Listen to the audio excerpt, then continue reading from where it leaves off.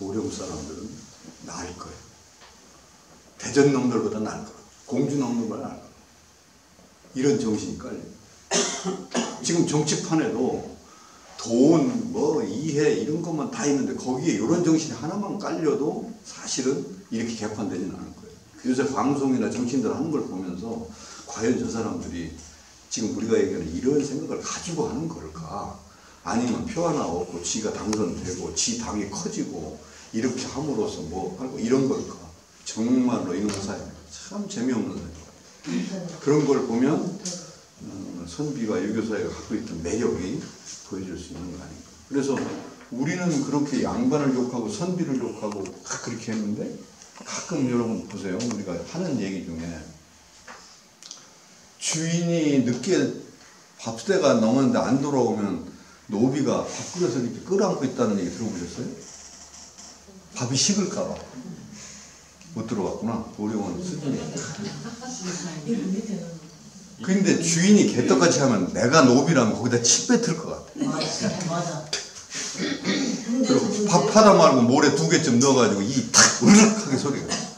저 이 개새끼야 좀 이나 부러져라. 그런데 그 밥을 안고 이렇게 있거나 의병 나가는데 주인이 죽을 것 같은 게 앞에서 맞아 죽어. 이게 말이 됩니까? 그거는 한 대로 받는 거예요. 누가? 선비 양반 사족이 그렇게 했기 때문에 대신 죽어주는 거지. 개떡같이 했는데 죽어줄 놈이 누가 있습니까? 바보 멍청이. 우리 어르신이 그런 분이 아니에요. 이런 거. 지금 여기 보령에도 고택 남아있나? 그 저기 오래된 집. 그 집이 남아있는 건 그냥 남아있는 게 아니야. 몰라. 뭐 딴 것도 있을. 그 주인이 양반이 개떡같이 했으면요. 임순 밀할 때 불타고 동안할 때 불타고요. 6.25 때 불 다 탔어요. 그걸 내두겠습니까? 그 개새끼 빨리 좀 없애라고. 그러고 뜯어가지. 그런데 아 이거 안 돼 여기는. 이거는 그런 거 아니야. 하지마. 이래서 남은 거 아니에요. 이해되세요? 한 만큼 당하는 거예요. 그런데 우리는 그걸 잘 모르는 거예요. 그러니까 양반이 그렇게 개떡같은 짓이라고 500년을 어떻게 다스릴까? 말이 안 되는 거예요. 그거를 생각하시잖아요. 그리고 저 현대사회가 그런 걸 더욱더 요구를 하고 있다라고 말씀드리고 싶은 거예요. 그래서 그런 과거의 유경문화 속에서 그런 것이 뭔가를 좀 밝혀내가지고 야 정말 멋쟁이다. 우리 사회도 이런 사람이 있었으면 이게 우리 보령의 자랑이야. 이렇게 돼야 유경문화가 전승되고 개성되는 거 아닌가요? 그건 하나도 안 해놓고 해놓고 나서 욕하고 에이 양반 새끼들 다 똑같아. 그러려면 뭐하러 설명을 열심히 합니까? 어? 그렇지 않아요? 그 말씀 드립니다. 그래서 지금 제가 지금까지 말씀드린 이 얘기를 밑에 깔고 이제 한번 생각을 좀 해보시고 한 번쯤 생각을 쫙 한번 돌려보세요. 아 유경문화가 그러니까 500년 갔대. 그리고 우리가 생각하는 그런 유경문화도 있지만 더 거치 본질적인 문화는 그런 게 아니었대. 그건 뭘까? 보령에는 뭐가 있었을까? 뭐 이렇게 그러고 접근을 해서 그걸 이해를 하는 게 좋겠다. 그 다음에 24페이지로 좀 넘어가 볼게요.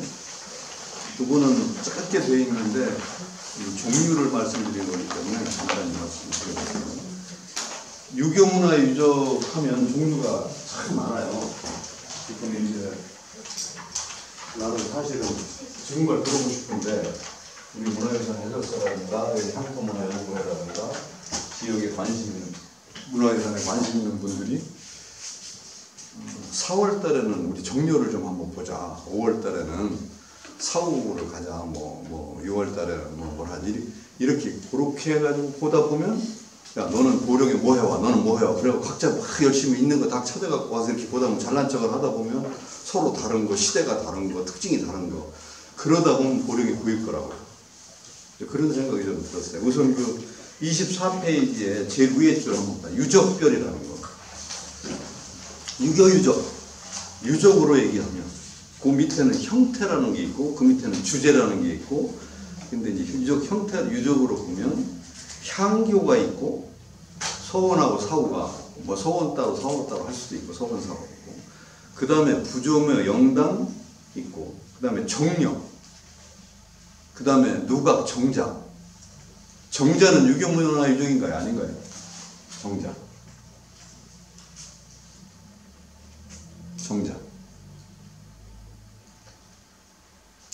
보령은 정자가 없나요? 많아요.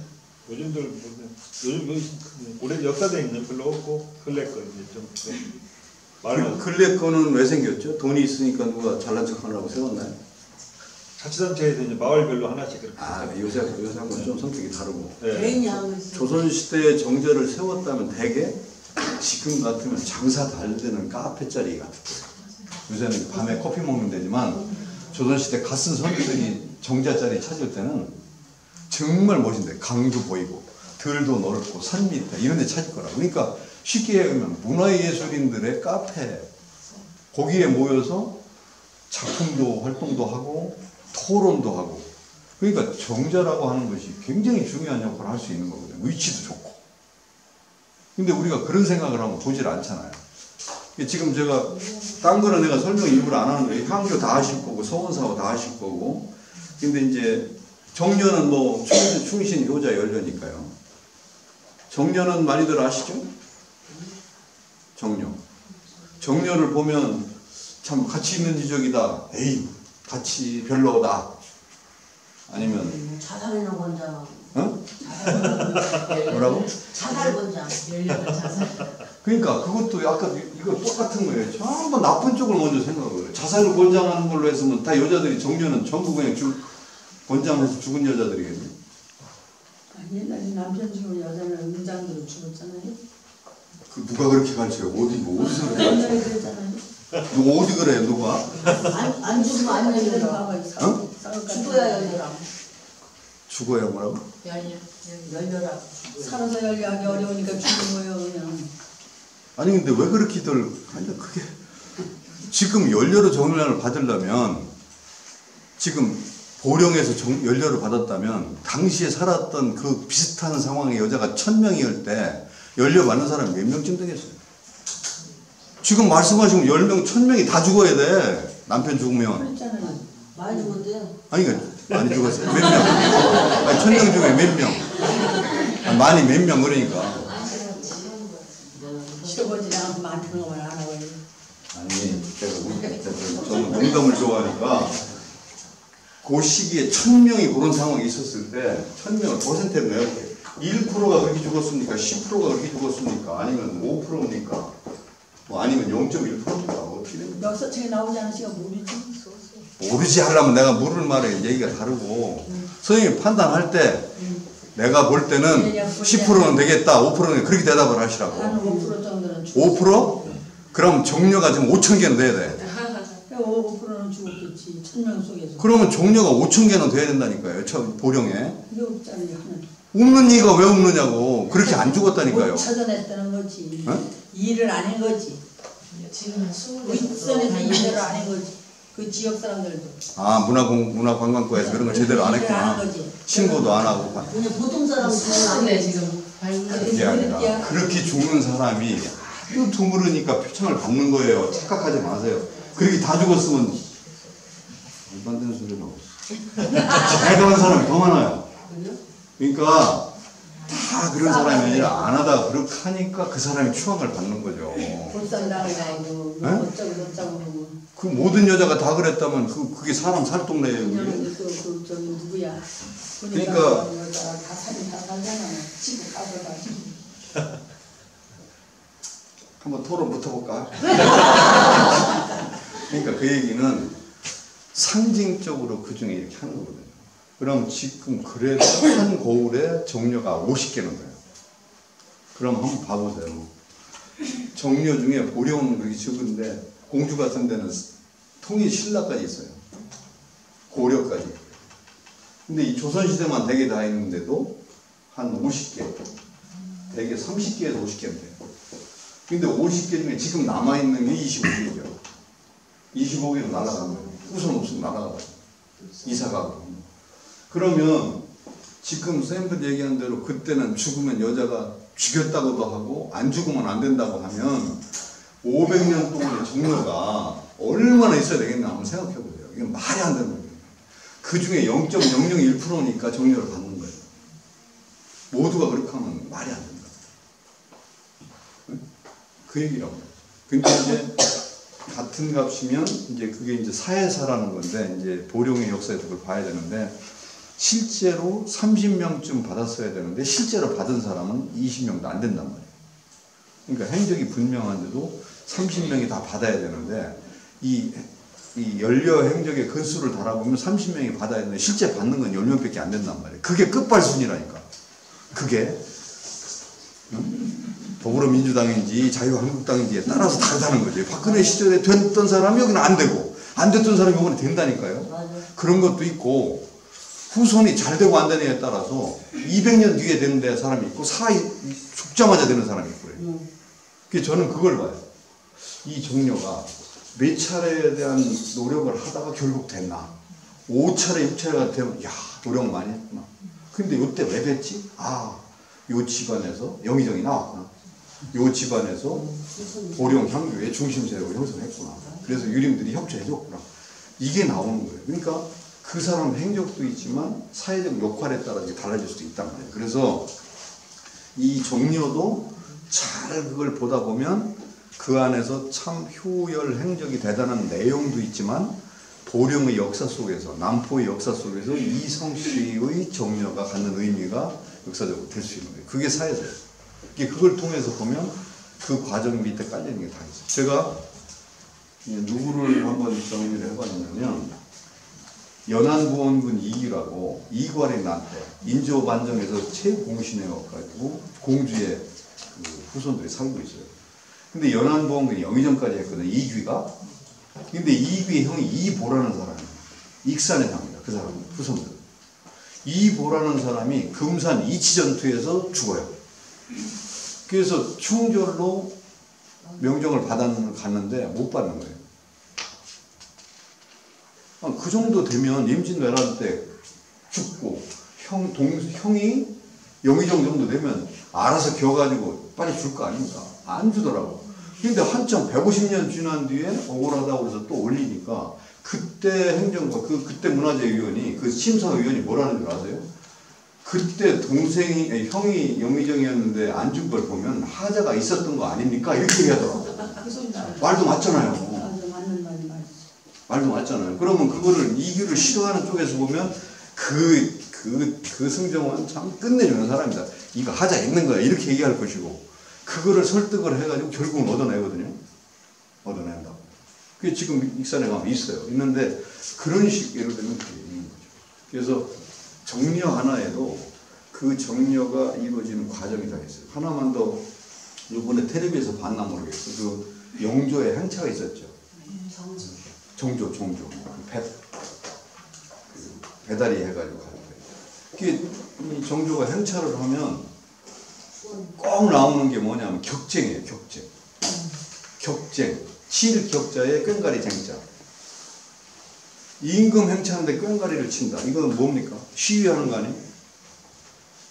그래서 임금 행자 앞에 꽹가리를 치면 당장 현장 체포돼요. 현장 체포돼요. 그런데 효자 연료 표창을 못 받은 억울한 사람이 하는 게 뭐냐면 임금 행차하는 앞에서 꽹가리 치는 거예요. 그럼 임금 행차라는 요새 청와대 1호차가 움직이는 거 아닙니까? 보령 촌놈이 청와대 1호차가 어디 갈 줄 알고 꽹가리 들고 서울가 기다립니까? 종로 1간지 2간지 3간지 청와대에서 핸드폰 쳐준 거예요. 청와대 핸드폰 쳐준 거라니까. 야 10시 반쯤 될 거야 아마. 청계천 3관쯤 있어. 그래 그쪽에 기다리다가 오니까 딱 친 거라고. 아니에요? 어떻게 보령 촌놈이가 서울 가서 어딘 줄 알고 임금은 어디서 나올 줄 알고 서울에 가서 378일을 기다렸는데 안 나와서 굶어 죽었다. 뭐 이건 얘기가 돼. 그런데 임금이 지나가는 데서 꽹가리를 쳤다. 이거는 내가 볼 때는 사전에 이게 그게 뭡니까? 국가 권력하고 연결된 그 성씨의 실력이죠. 그래서 이 보령에도 그런 게 있는데 조사를 제가 했던 기억이 나는데 그냥 보령 군수한테 올려가지고 스마스하게 군수가 다 해결을 해요. 올리면 아이고 이런 사람 연료 받아야 돼갖고 도지사한테 가서 감사한테 가서 설득을 해서 감사가 오케이 해서 2조 올라가서 2조에서 착 내려온다고.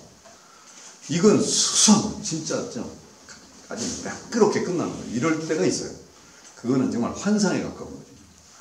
근데 군수한테 올렸더니 군청 직원이 군수 갔다 와서 밑에 넣어놓고 계속 안 씁니다. 그게 2번 올려도 안 되고 3번 안 되니까 직접 도지사한테 간 거예요.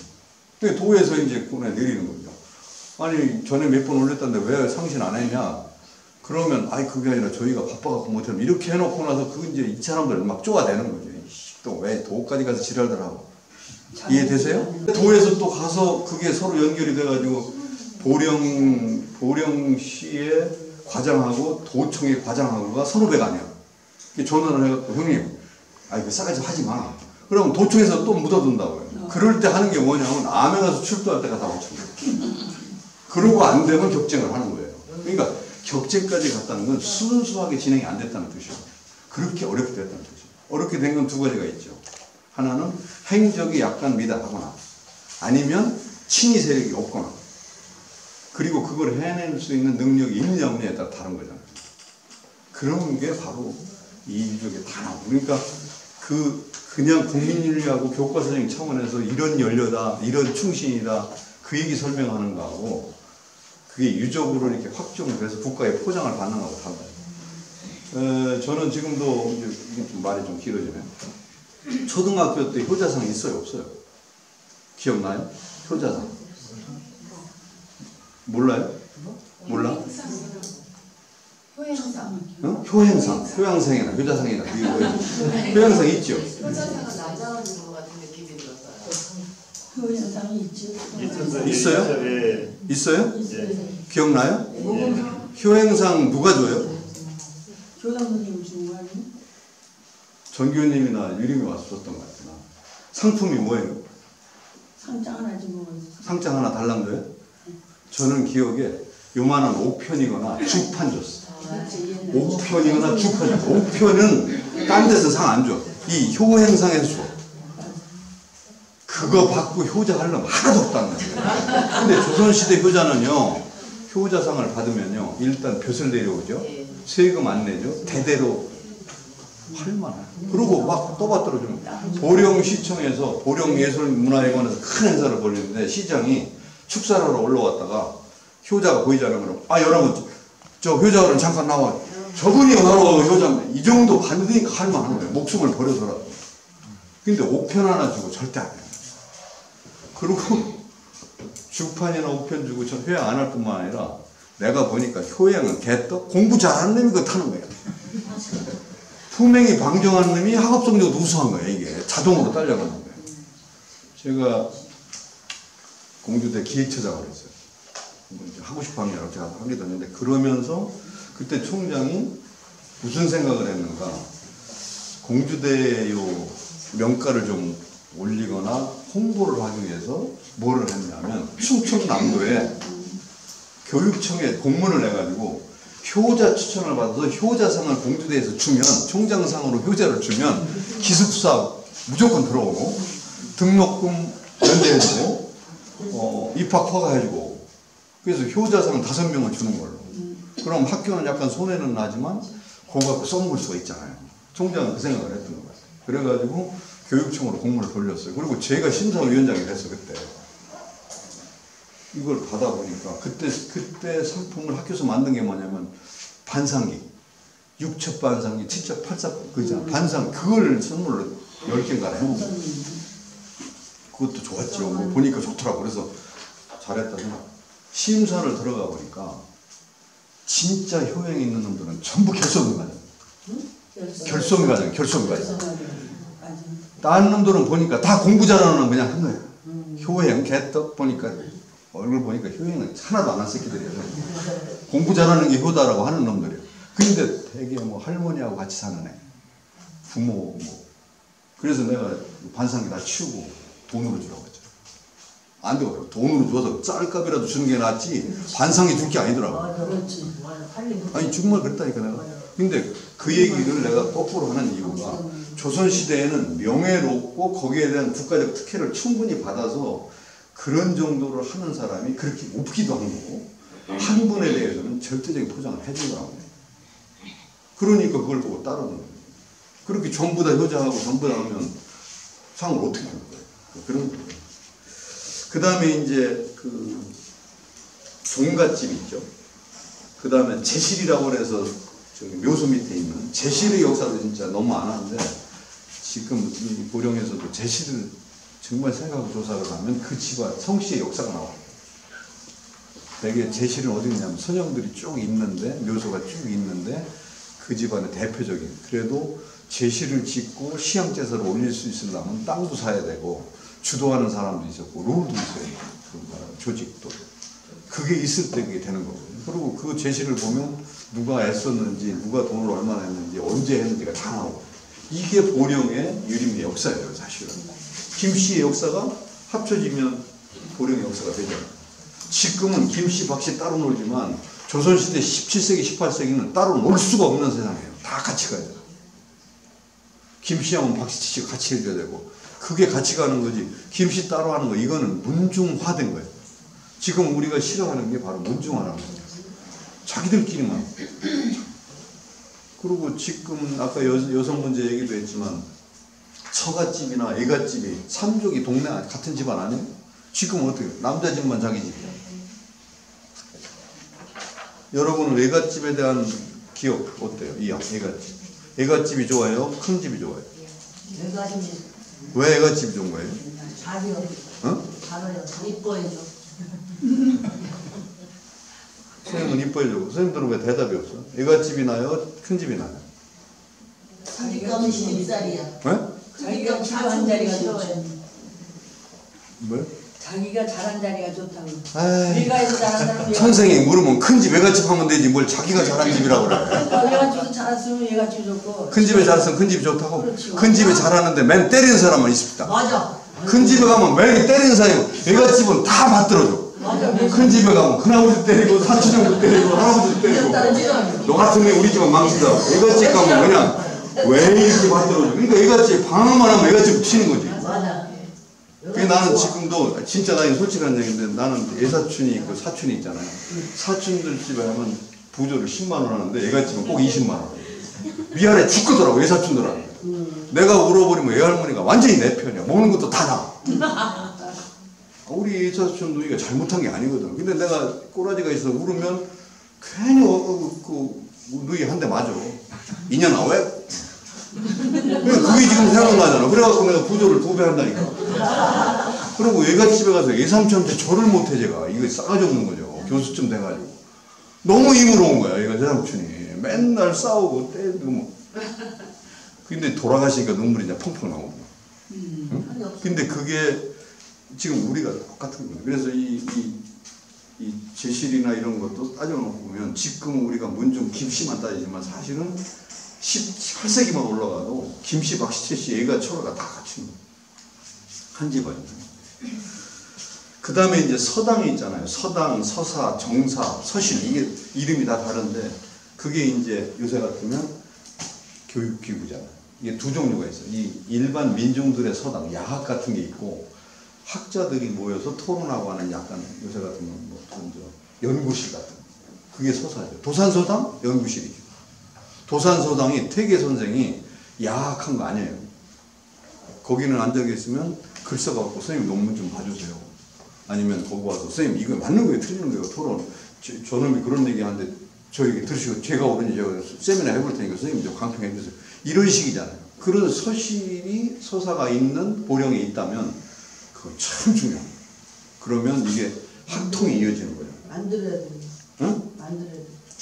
안 들어진다고? 만들어야 된다고. 아. 그래서 그런 거를 연구를 좀 하고 싶어요. 해야 된다고 생각합니다. 근데 이제 우리가 어렸을 때 야학이라고 해서 농투산이 그냥 막 학교 못 가는 사람이 글자 배우면 그건 좀 성격이 다른 거. 그것도 해야 되지만 지금 내가 얘기하는 건 조선시대, 유교시대에 집안에 문중서당이 있어요. 김씨들이 자기 제자들 가르치기 위해서 독서선생을 갖다 놓고 이런 서당이 있고, 또 어느 유명한 학자가 내가 후학들을 양성하기 위해서 만들어 놓고 연수원 세미나장처럼 하는 게 있고, 그런 게 만약 몇 개 있었다 그러면 보령의 학문은, 보령의 성리학은 또 다른 모습을 발전할 거라고 해요. 지금 사실은 보령 시사를 다시 한번 여러분 보세요. 인물편, 인맥이 굉장히 다른 게 있습니다. 그런 것들을 좀 봤습니다. 그 다음에 이제 묘소, 묘비, 신도비 이런 것들. 한 인물에 관련된 무덤이라고만 생각하지 말고 그 무덤을 쓴 그 주인에 대한 기록들이 여러 가지가 있단 말이죠. 그 기록들을 챙기는 거. 그것이 바로 여러분들이 이 유교유적을 하죠. 그러면 그 글을 비석을 세울 때 한번 생각해 보세요. 지금 혹시 여기 오신 분 중에 조상님의 비석을 세우는데 관여해 보는 분은 그게 비석 세우려면 돈 들어가죠. 비석 글을 누구한테 받을까가 얼마나 중요해요. 그리고 글씨는 누가 쓸 거냐. 이게 다 합쳐서 되는 거거든요. 근데 그 비석도 정말로 살아계실 때 너무 존중을 받아서 살아계실 때 세워준 비석이 있고 돌아가자마자 그걸 상기하면 세우는 비석이 있고 200년, 300년 되어가서 너무 아쉽다고 세우는 비석이 있잖아요. 그게 다 의미가 다르잖아요. 이게 유교유적이에요.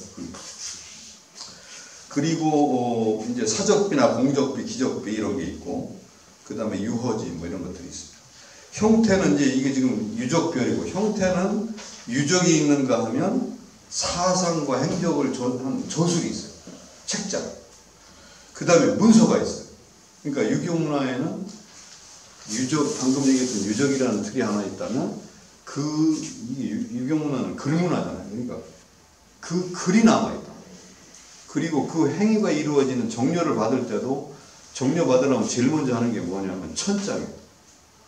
추천서가 연명 추천서.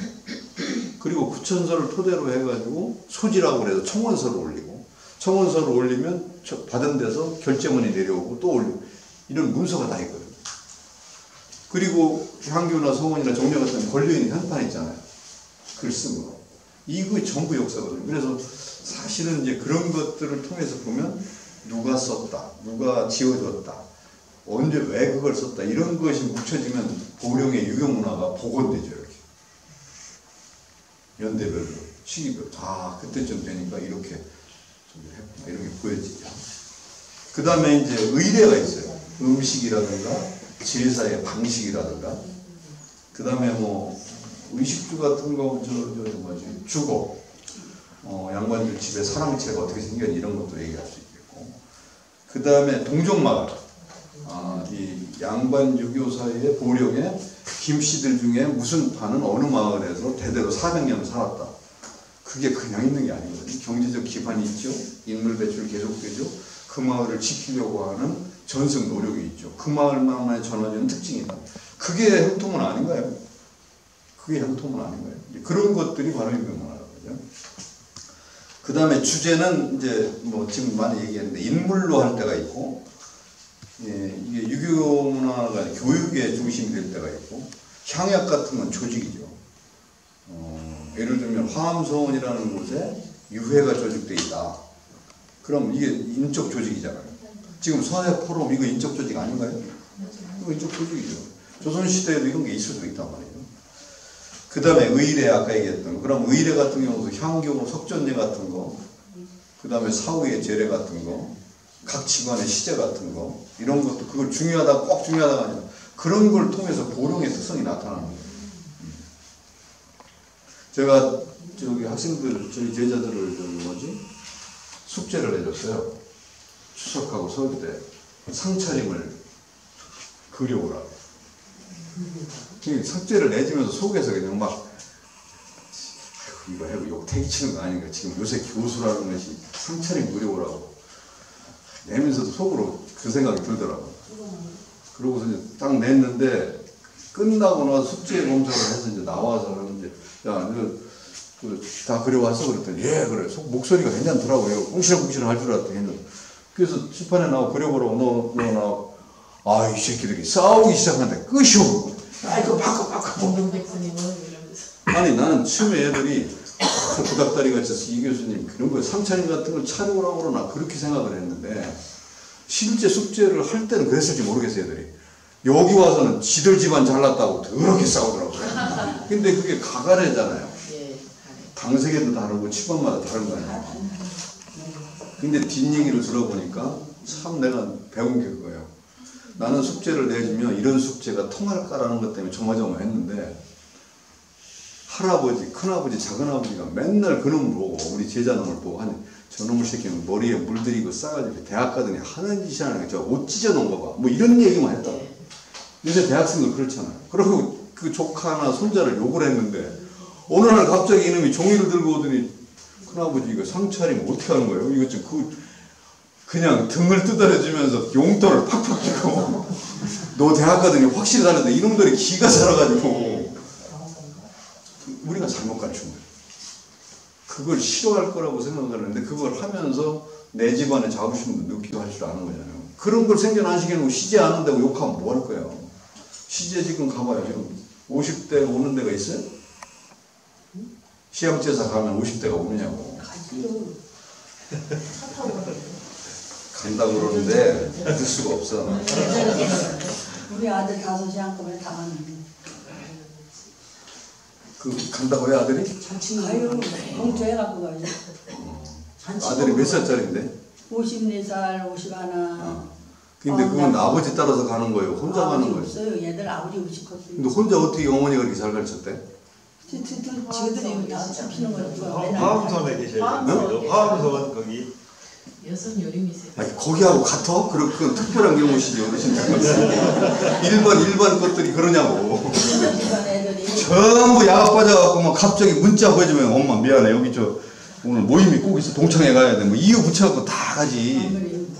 그 시험 때서 다 먼저 가려면 하나도 없어. 시제 때 가서 봉투 100만 원 딱 내놓으니까 아들 잘한 거지가지. 이건 참 굉장하신 거고. 그럼 한산이시요?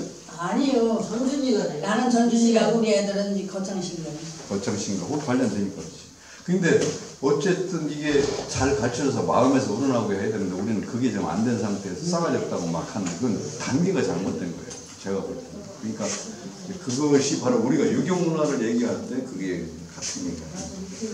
그 다음에 이제 추승 활동 그리고 조직 활동을 사실은 보령이 잘 안 돼요. 향야 그 다음에 이제 각 집안의 절복, 종가의 귀학 이런 거 굉장히 많거든요. 그런 걸 비교하면 진짜 광상김 씨가 한산이시구나. 참 조직적이었구나. 더 빨리 했구나. 그거보다 권창신 씨가 어떻구나. 이런 얘기도 우리가 비교할 수 있는 거예요. 그리고 이제 향교로 다시 들어가서 이제 얘기를 해보면 이거 쭉 넘어갈게요. 향교 자료 27페이지라고 나오고 있습니다. 이 향교가 교육기관이잖아요. 그리고 유교문화의 상징이잖아요. 근데 참 이상한 게 향교가 조선왕조 500년을 다 한 게 아니에요.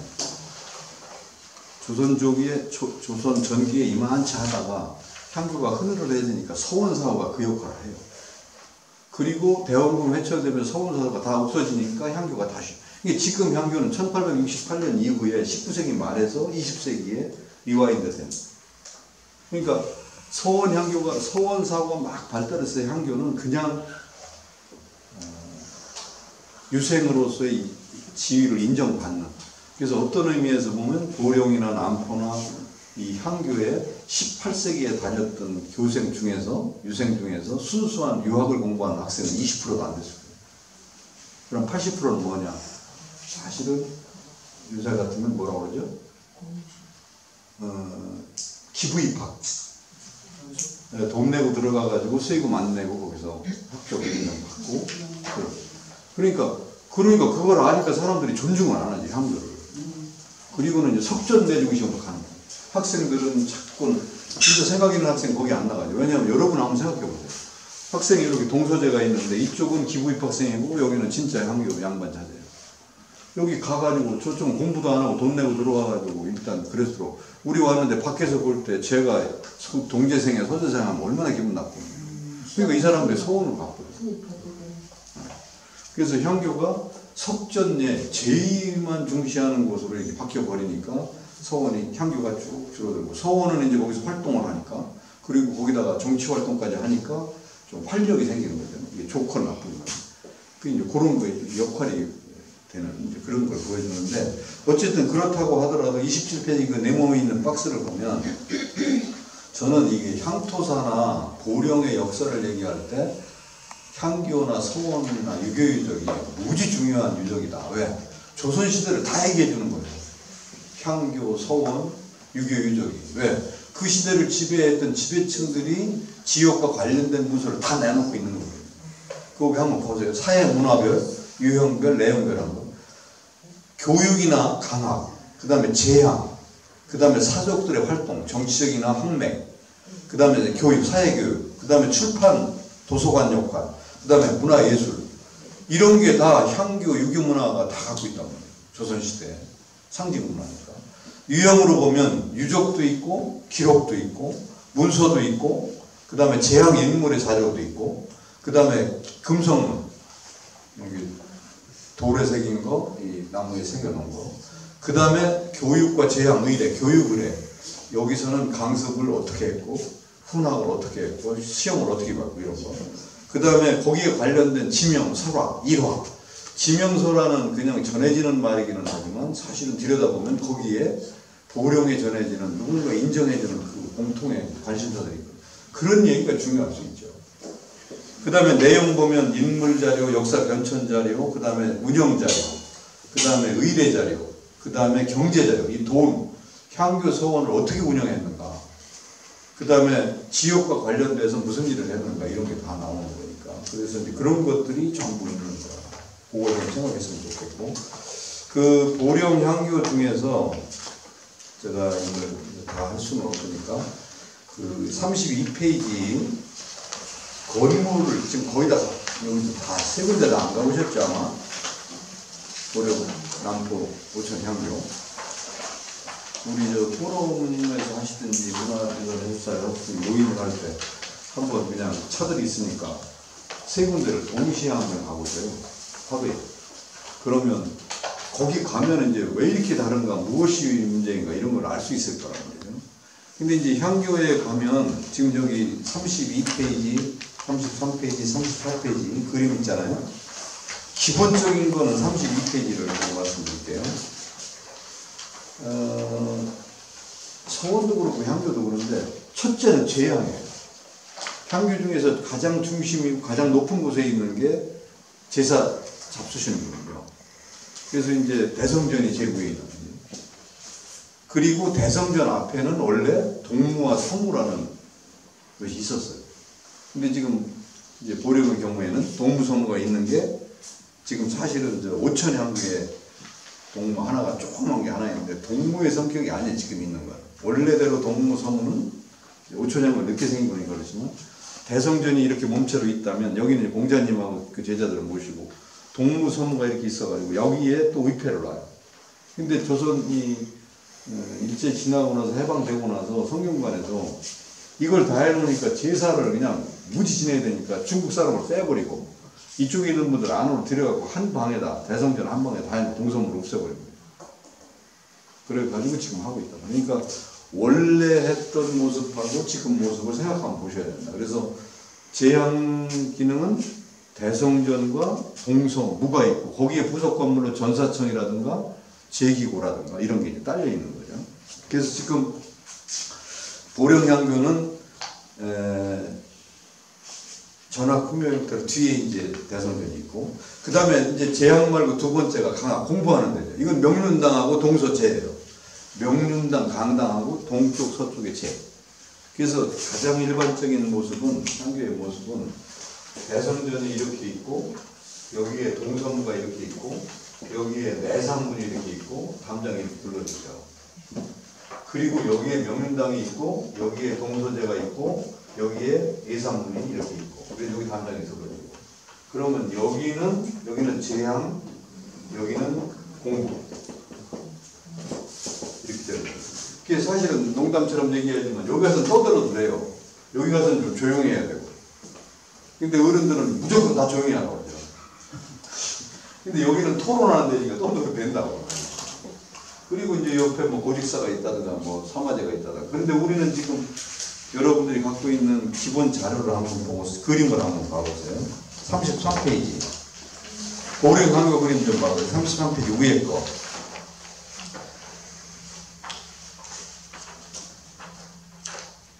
지금 보령향교예요. 그러면 이것이 있고 요 동서제 같은 요 그림이 하나 보이죠 여기. 근데 요것이 무가 아니고 제기고예요. 거기가. 그리고 선문이 보이고 강당이 있고 동서제가 이렇게 보이죠 여기. 근데 비교적 요 보령향교는 잘 남은 거예요. 근데 그 밑에 있는 남평교라고 보세요. 대성전하고는 달랑 있죠. 그리고서 강당만 있고 동서자교 중에 하나만 있죠. 그죠? 예. 그 다음에 그럼 34페이지를 넘어가고 5천양교. 물론 5천양교가 역사가 좀 늦으니까 그렇기도 하지만 여기는 대성전 있고 그 옆에 무가 하나 있긴 있어요. 지금 현재 남아있는 게.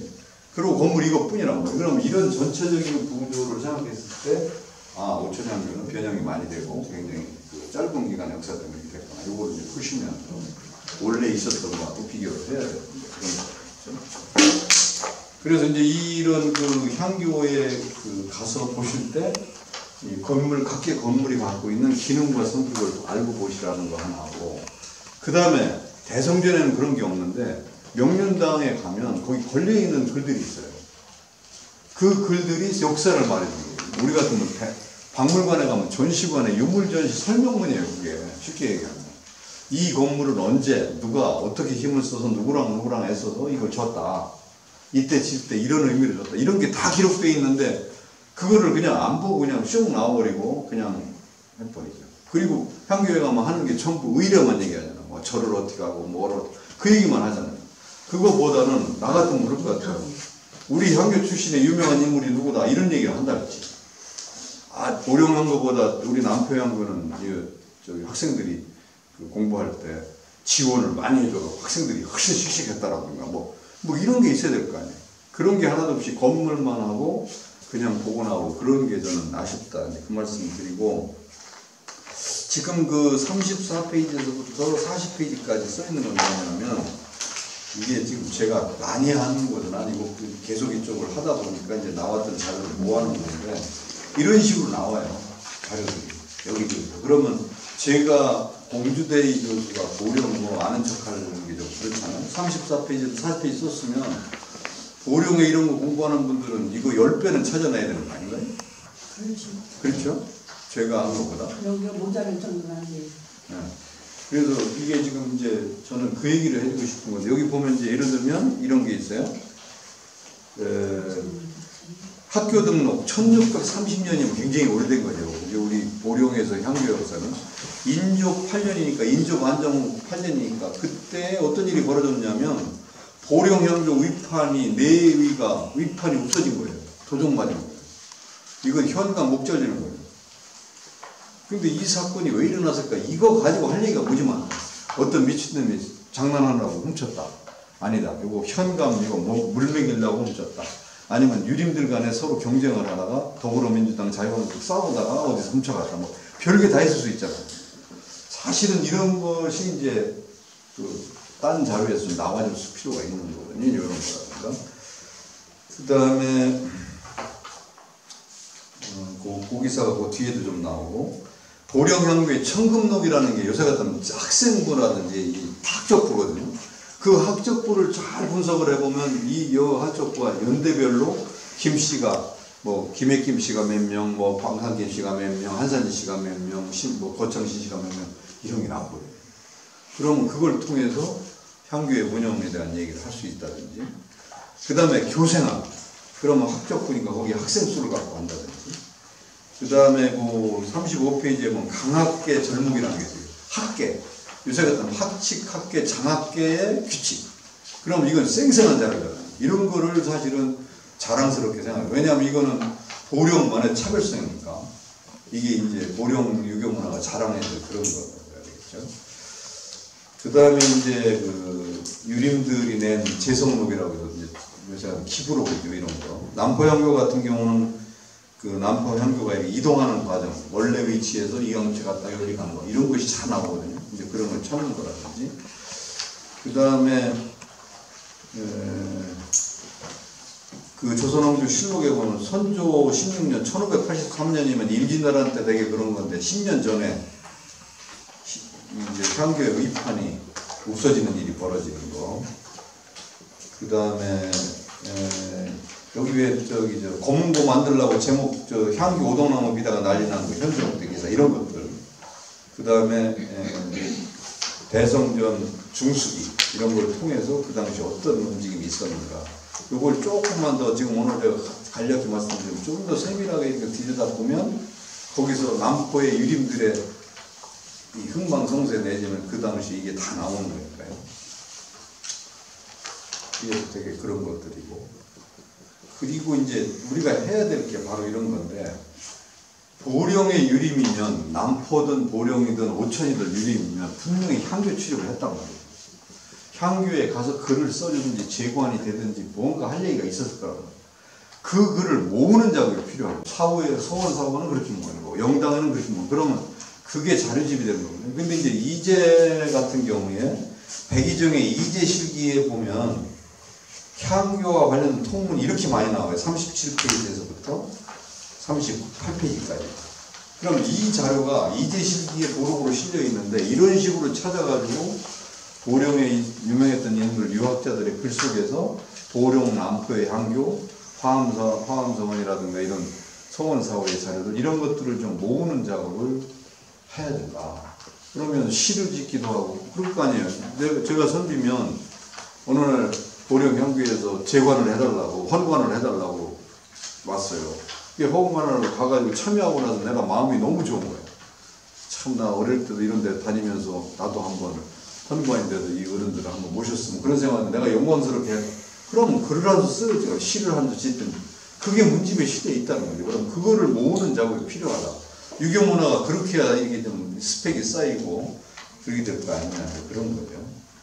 사실 오천의 향교는 조금 좀 역사가 짧고 그러다 보니까 자료가 많지는 않죠. 그러나 어쨌든 그래도 아마 특별한 가보경장 이후에 새로 생긴 서원이라는 게 이 오천향교 같은 게 많지 않아요. 신안, 성, 완도 성들에 많거든요. 새로 군이 생기면서.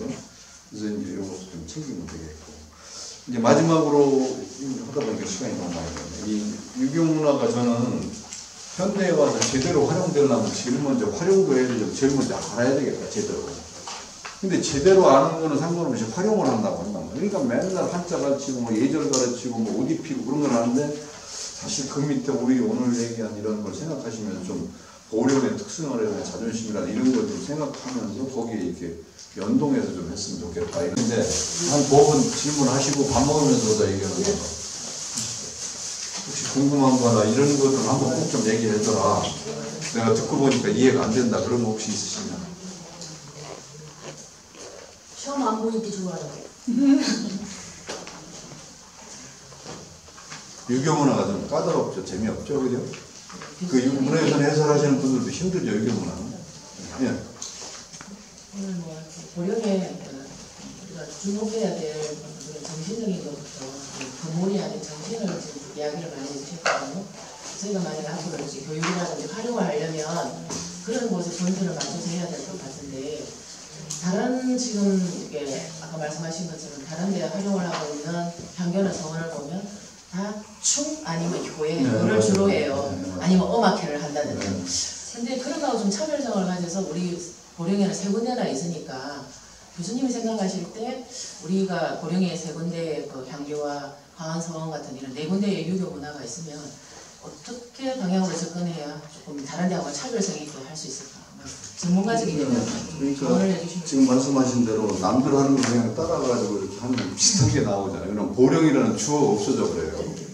거기서 체험을 해도 가슴에다 보령을 새길 수가 없잖아요. 나는 그런 걸 보면 그냥 열불이 나 죽겠는 거예요. 이게 돈 따먹고 막 그냥 먹튀들 왔다 갔다 하는 것 같은 느낌이 들고. 그래서 제일 중요한 건 지금 계속 강조하지만 보령의 팩트, 보령 얘기를 자꾸 모아갖고 이 중에 가치 있게 무언가를 만들어내야 되는데 그것을 잘 안 하니까 그러면 결국 건물이나 하고 막 그러잖아요. 그러니까 그러지 말고 사실은 이런 게 보령의 유교문화와 향교나 서원, 향교나 이런 쪽에서 이런 게 중요한 거다라는 걸 이렇게 점을 좀 찍어가지고 그거를 좀 조합을 해야 된다는 거예요. 그러니까 문서를 갖고 얘기를 하든 인물을 갖고 얘기를 하든 아니면 시대적 변천을 갖고 얘기를 하든 여러 개를 합쳐가지고 이렇게 그림을 나무처럼 그려서 향교는 이렇게 해서 이때가 가장 발전했고 서원은 이렇게 됐고 이렇게 한다든가 그런 걸 좀 해야 되는 거 아닌가.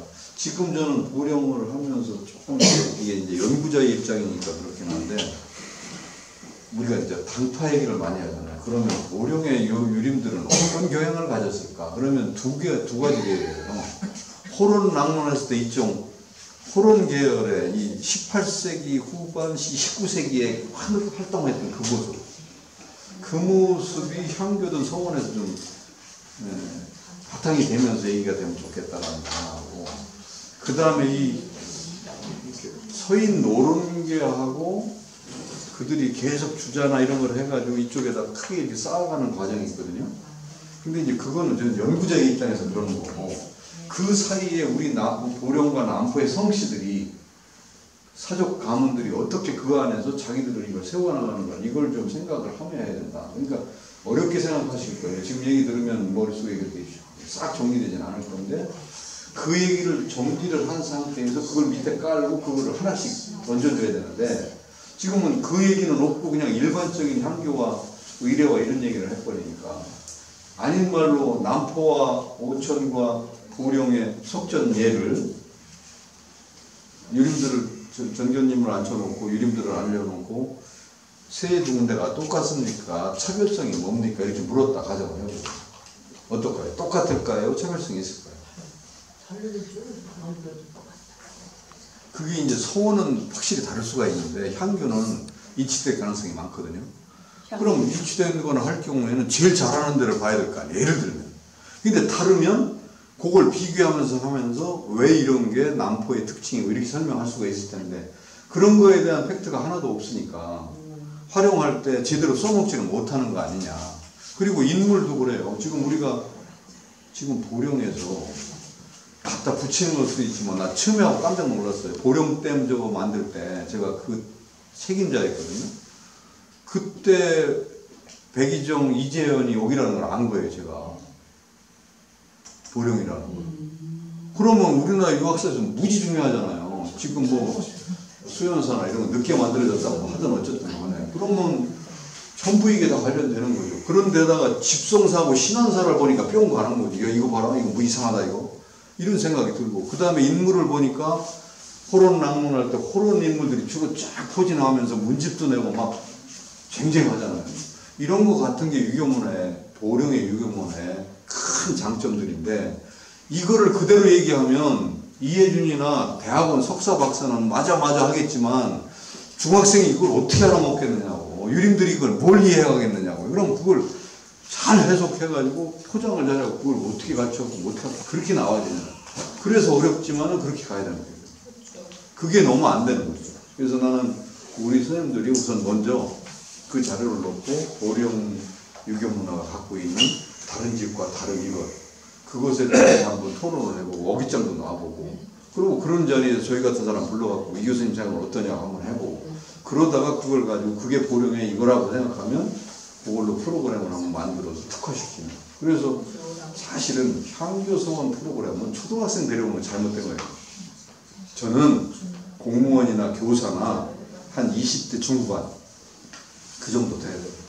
이 세상을 볼 줄 알고 한번 잘난 척도 해보고 싶고 그런 사람들 앉혀놓고 같이 하는 거지, 거기다 놓고 초등학생 놓고 지금 한 얘기 해봤자 누가 알아듣겠어요. 그죠? 그리고 왜 신안사가 거기 있고 집성당이 거기 있었고 지명이 왜 그러고 이런 얘기 같은 것도 사실은 우리가 얼마든지 할 수 있는 거니까 이제 그런 거예요. 죄송해요. 이거 너무 어렵게 얘기를 해서. 한 분만 더 하고 밥 먹으러 가시죠. 괜히 오래 하면 진짜 욕먹겠네.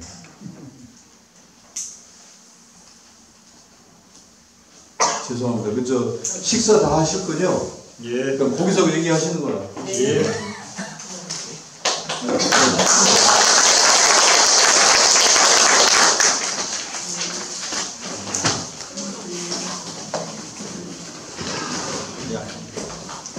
백분간 그때 우리 강의해 주시는 이해준 교수님 가장 뜨거운 박수 부탁드립니다.